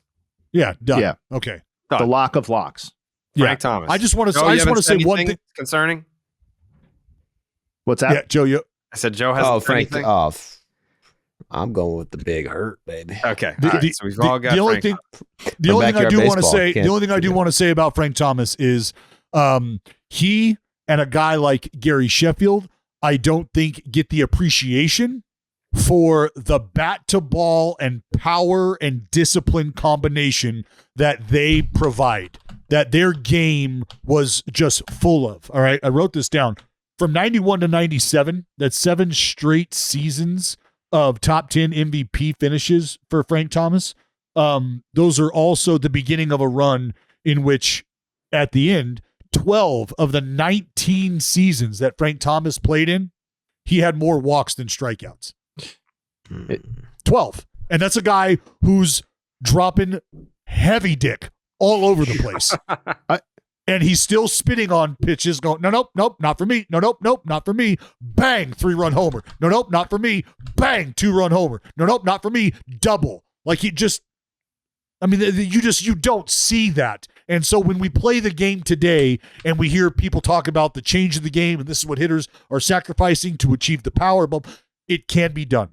You can be a patient, disciplined power hitter who can spray the ball all over the place. It can be done. It has been done before. I'm glad Dallas brought up the 91 to 97 stretch, because that's the exact stretch that I looked at when trying to put Thomas's greatness into context. Because I don't like to blow through these number one options. Like he's in, but like, hold on, he was fucking amazing. And I do want to appreciate him for a second. Like, so arbitrary endpoints for sure. But 91 to 97 covered Frank Thomas's age 23 to 29 seasons. Okay. I looked up all of players in baseball history and their OPS plus from age 23 to 29. And Frank Thomas's stretch is the greatest stretch by any hitter that is still breathing God's air. Okay. The greatest stretch hitting by any hitter alive from age 23 to 29. That's how good this guy was. You can't just say, oh, he played in an era where a lot of people were taking PEDs, and so his numbers are just like kind of a product of his era. No. His numbers were the absolute top of his era, and they are so unbelievably good that even when you adjust for era and context, they're still some of the greatest offensive seasons that we have ever seen from a right-handed hitter. So that's who Frank Thomas was. And he was also like, I don't know how many baseball players prior to Frank Thomas had made their way to the big screen in any sort of fashion. I'm not saying that he was the first one, but as a kid growing up, watching movies, being aware of pop culture, watching baseball, and then here comes Mr. Baseball and Frank Thomas is in the movie. It's like, damn, bro. Do you know how good you have to be a baseball player to be in a movie at this point in time? Like, they're not just throwing ball players and shit like that. And then, bam, here's Frank Thomas. Frank Thomas is what a lot of people, I think, want Miguel Cabrera to have been. Now, this is not to dismiss Miguel Cabrera, but when you look at the best offensive seasons that those two people put together, like of the 10 best seasons, 7 of them are by Frank Thomas. Like he did what Miguel Cabrera did at his peak, except he did it for like a period of twice as long, basically. That's what it was. That's how good Frank Thomas was. So number one, glad we're all in agreement. Mm-hmm. That was an easy one. Yeah, for sure. Now we probably disperse down different avenues where maybe we agree, maybe we don't. My number 2 is a gentleman who I'm sure if you're a White Sox fan, he's on your list. My number 2 is Paul Konerko. Uncle Paulie. Yeah. Uncle Paulie. He's got the ring. He's got the statue outside. He was basically the leader of an entire era of White Sox baseball. Does anyone not have Paul Konerko on their list? Wow. Okay. Half the panel. Jayhay says, fuck Paul Konerko. No, Dallas doesn't either. You're the only one with him. I'm the only one with him? Yes. Oh, Paul's my God. That is a huge mistake. White Sox fans are not going to agree with you guys, I feel like. I mean, listen, Paul Konerko is a great example of why we do this segment, in my opinion, because his standing within White Sox lore and culture is magnitudes higher than his statistical contribution to the team or baseball would warrant normally. So I think it's fun that a name like him gets brought up. I'm not going to argue with you to the extent that like a lot of White Sox fans brought him up. A lot of White Sox fans did bring him up when I asked the people that followed me. 16 but like years with the White Sox. To me, like I think there are. I went with a different representative, quote unquote, of the 05 team, and I only have one true representative of that team. Scott Podsednik just missed. He was Scotty just Pods. it was so close. Scotty it was Pods. so close. Almost went with him. Bobby Jenks, really, really, really close. No. So like, I don't know, man. Like Paul Konerko's statistical argument is like almost non-existent in some ways. So like I feel you on that end, but I went with a different representative of 05, I guess is my rationale. I'm shocked. Who the fuck from 05 could it be over Paul Konerko? I mean, to me, it's the best pitcher in modern White Sox history. Well, I have him too. I have Mark Burley. Yeah. Okay. Yeah. So that's my answer is Mark Burley to me has a more deserving overall career than Paul Konerko, and my list was too crowded to fit two people from that championship winning team, which I do think, like, statistically, you could argue that nobody from that team really deserves to be on a Mount Rushmore of White Sox history, but I think it would be crazy to not honor the best or the most successful team in modern White Sox history when they broke a curse that was just as protracted as what the Cubs and White Sox or Red Sox had done. And I kind of went that was sort of the same thinking that I had, was there wasn't going to be room based on the other pick that I have here for two guys from that team, because as I've said, I also like to pay homage to some of the older players, and that's where Aparicio comes into play for me. Okay. We're talking about a guy who won the World Series with this club. He was the Rookie of the Year for this club, a 9-time Gold Glover, 13-time All-Star, led baseball in stolen bases 9 straight seasons. So just as far as me selecting guys, like I was going to go with like a guy like Red Faber because I was going to use Mark Burley, and I wasn't going to go with another pitcher. Like that's where my brain went. So taking a Frank Thomas, taking a Mark Burley, and then paying homage to the old school with Louis Aparicio. Okay. All right. I mean, I just have both. Yeah. Like, I mean, one dude's number retired, one dude has a statue. I feel like you can't go wrong. I'm curious to hear Joey's opinion, but like, to me, there's another guy with a statue that honors a completely different era that I, at the end of the day, could not leave off of my Mount Rushmore here.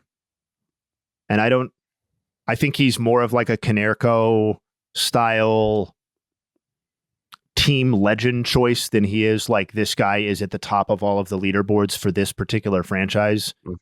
But his nickname was literally fucking Mr. White Sox. So the Cuban Comet? Yeah, Minnie Minoso's on my list, man. I can't keep him off.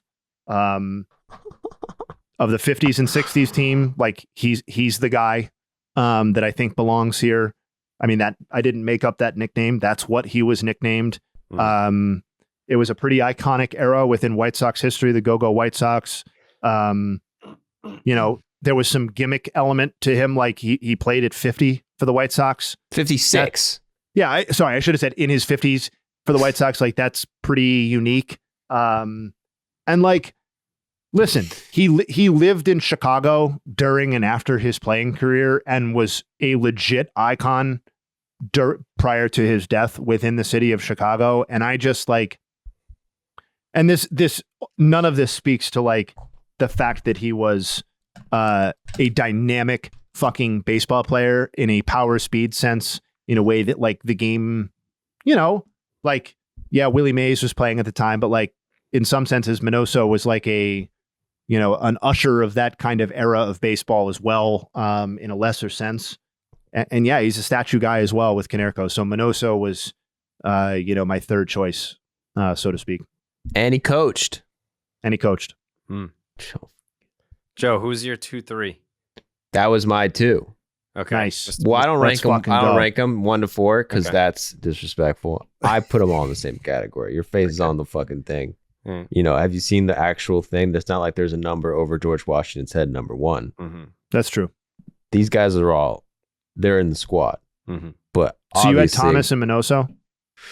I had Thomas and Minoso, the Cuban Comet.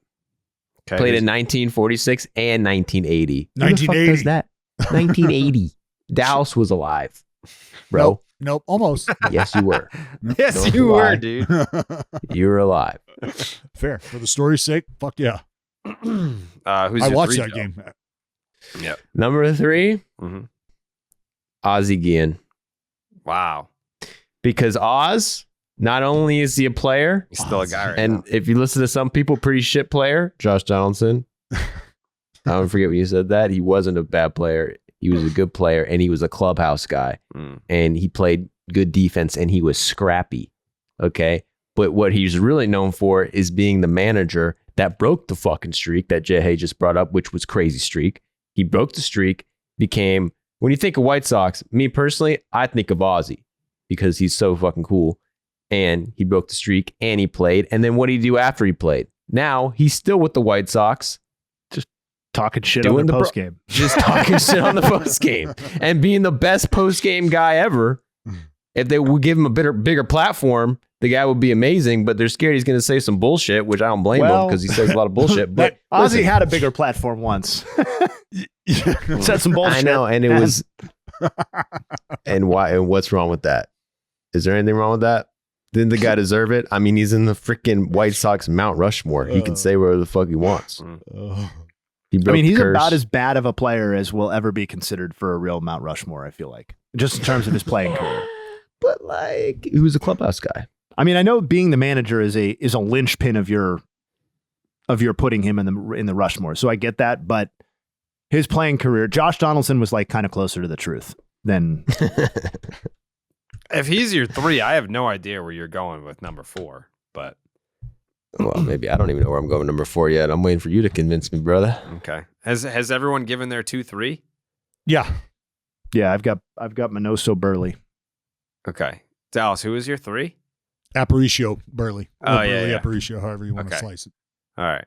So just to recap, for me, going Frank Thomas, Paul Konerko, Mark Burley.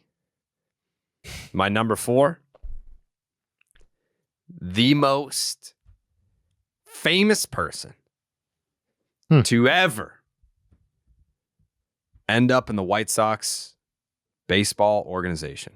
Michael Jordan. Michael Jordan. Oh, I was joking and I outta here. fucking I thought I Jordan. just said that because I'm like, there's no way this guy's gonna fucking pick Michael Jordan. Let me just say Michael Jordan to fuck with Michael people real quick and then Jordan- let him do Michael his thing. Jordan is, when I think the of fuck outta Birmingham Barons baseball, I think of Terry Francona. I think of Michael Jordan. People only know who Terry Francona is because of Michael Jordan. He is quite simply the greatest athlete who ever lived, and he did play in the White Sox organization. Therefore, you're an asshole if you keep him off the White Sox Mount Rushmore. You are. You not are the best you are inflammatory. You kept Paul Molitor off the Rushmore last week. Hey, You're going Michael Jordan when you could Michael hand pick. You could pull a Hall of Famer out of a hat with this So many organization. people are going to agree with me. People are going to be like, yeah, no. When I think, some people that like aren't White Sox fans, they're going to be like, when I think about the White Sox, I really do. I think about Michael Jordan. Like, that's the correct pick. He never even Other than he never fucking- played on the White I Sox. never saw that pick coming. That's Then other than disgusting. fucking Peter Slap Penis played for the White Sox in 1908, and it's like, okay, cool, man. Oh yeah, he played 20 seasons with the White Sox, and he's a Hall of Famer. Cool. No one knows who the fuck that is. Nobody Dude, I would- cares. I People would care put about Slap MJ. Penis in the Hall of Fame so fast. Michael Jordan of the Birmingham Barons. Birmingham. Whatever. He played a game at Wrigley. What the fuck am I doing? I'm- with As a my life? professional going baseball next. player with the White Sox organization. Was he in the White Sox organization as a baseball player professionally? Yes, he was. Greatest athlete who ever lived. and he is an ambassador. I mean, if we're allowed to pick broadcasters, and like the Philly Fanatic, I think made it at one point. Like if you're allowed to pick ambassadors for an organization, then that checks a lot of boxes for me. And he was actually pretty good at baseball. He wasn't that bad. He sucked. He wasn't that bad. He wasn't that bad. So Michael Jordan. He was like Ozzie Guillen without the glove. I feel like you guys. I feel like what this is like, oh man, fuck, that's A. such a great pick. I wish I picked it. Like that's. No, I mean I have the pick. I have the ace pick. I have it ready to go. It's gonna sound like a wet fart after I just went MJ, and you guys are hating. I promise you, this is the correct answer. We could talk all about these. A slap penis up there. He's number 4. Yeah. Well, if I'd considered him, if I'd had him on my list, I would have put slap penis in. But I can't change. I can't change what I'm doing midstream here. The answer is fucking obvious. Anybody who gives it even the slightest bit of thought would know. When Jared said the most famous person to have ever donned or been in the White Sox organization, I thought for sure he was going in this direction and was going to steal my thunder. And the answer is, of course, Harold Baines. Yep. 14 of his 22 seasons in the White Sox org. A Hall of Famer. If you go to Cooperstown and you look at his plaque, you stick your fat little face right up against this plaque, you will see that he wears a White Sox cap on that plaque. And I mean, he's the greatest. Frank Thomas might be the statistically greatest White Sox ever. Mark Burley and Paul Konerko played on the World Series winning team. But this is the greatest White Sox in modern baseball history. He was so great to the organization, in fact, that the owner and his former manager absolutely jammed him into the Hall of Fame. And you know what's happened since? He's become world famous via the Baines meter, the Baines Institute, and Club 38.8. So my final selection, in many ways my first selection, but for drama's sake, my last selection is Harold Baines. Thank you.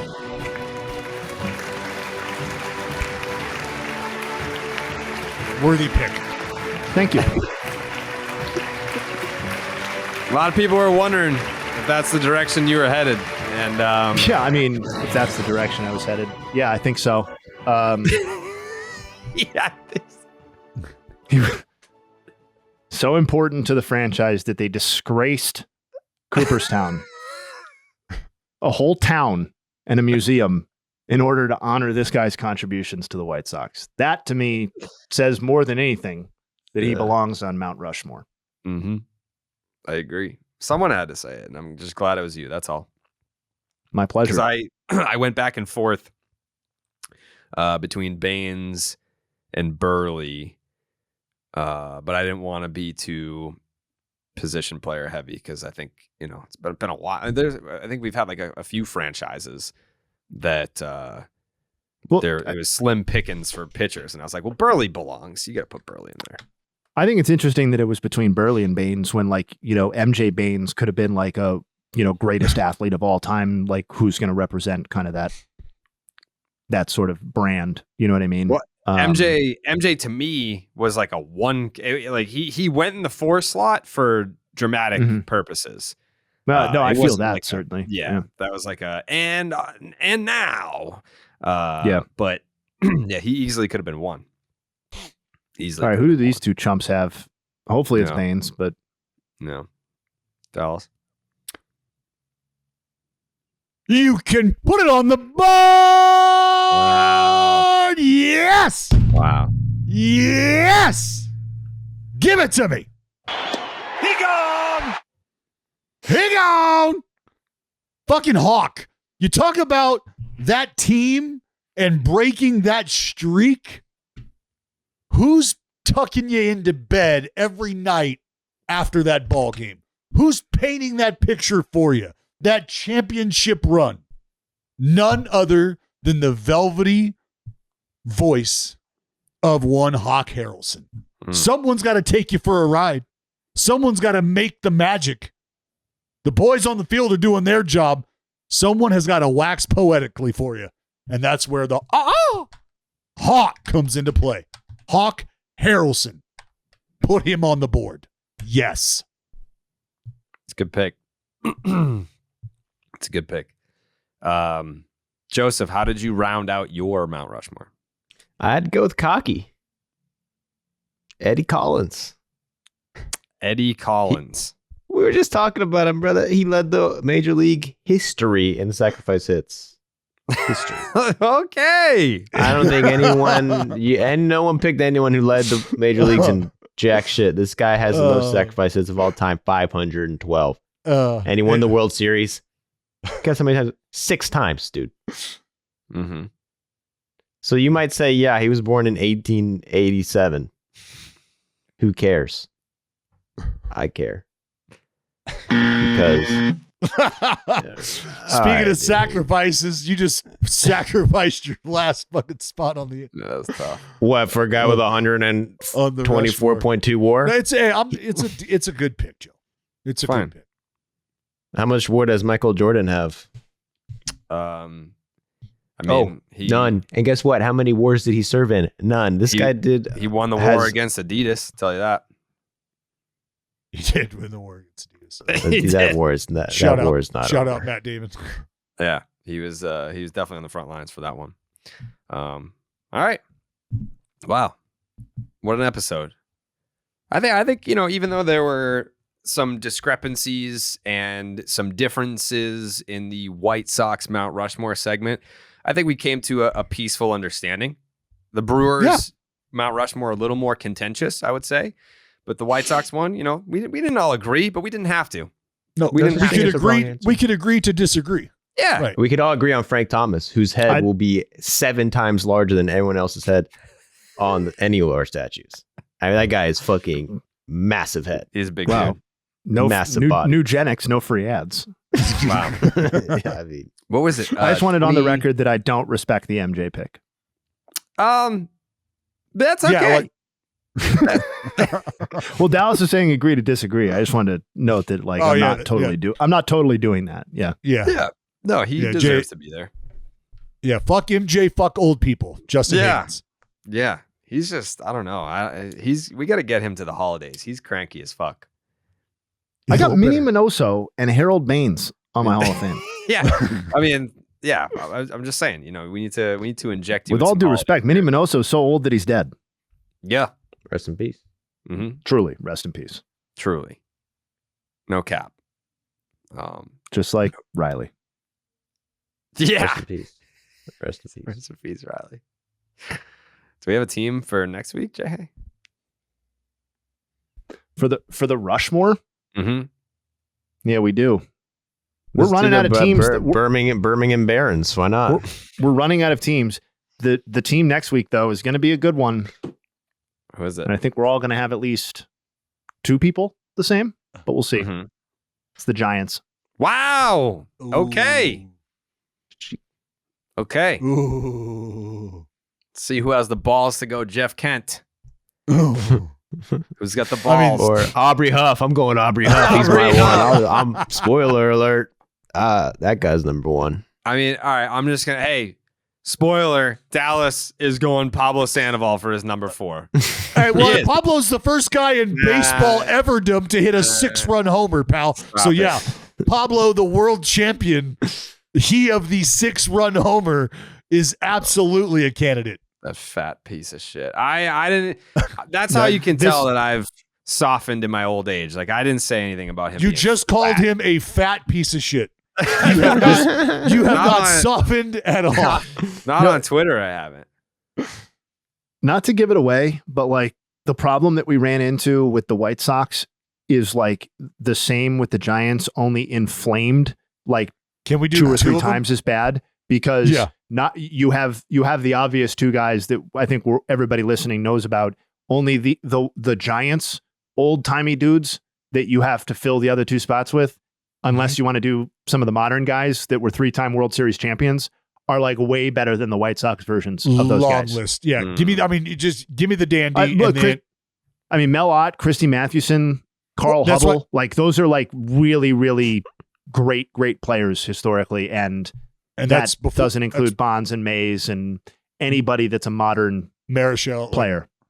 Doesn't include Juan That's why- Marichal, that's why I doesn't said, include give me the- Bumgarner, Posey, etc. Lincecum, It's stupid. Timmy, Will Clark, Lucille. Will Clark, yeah. Willie McCovey. Yeah. Dude's This isn't like Cove. these ones at the end. Like there's some impossible decisions that have to be made, and this kind of begins that run of impossible decisions for us. Wow, that's going to be a hard one. And if you've got Bob Uecker on there, and if we've got Hawk Harrelson on there, Kruk and Kipe just completely left off, like can't even acknowledge, like there's Well, that's also two men, so that would have to be 50% of your Rushmore. Right. I get it. Yeah, that's going to be a hard one. All right. We'll be back next week, barring any breaking news. You already know what that means. It's either Ohtani or Yamamoto. If they go, we go. Other than that, we'll see you right back here on Monday with some more Baseball is Dead off-season edition. We go.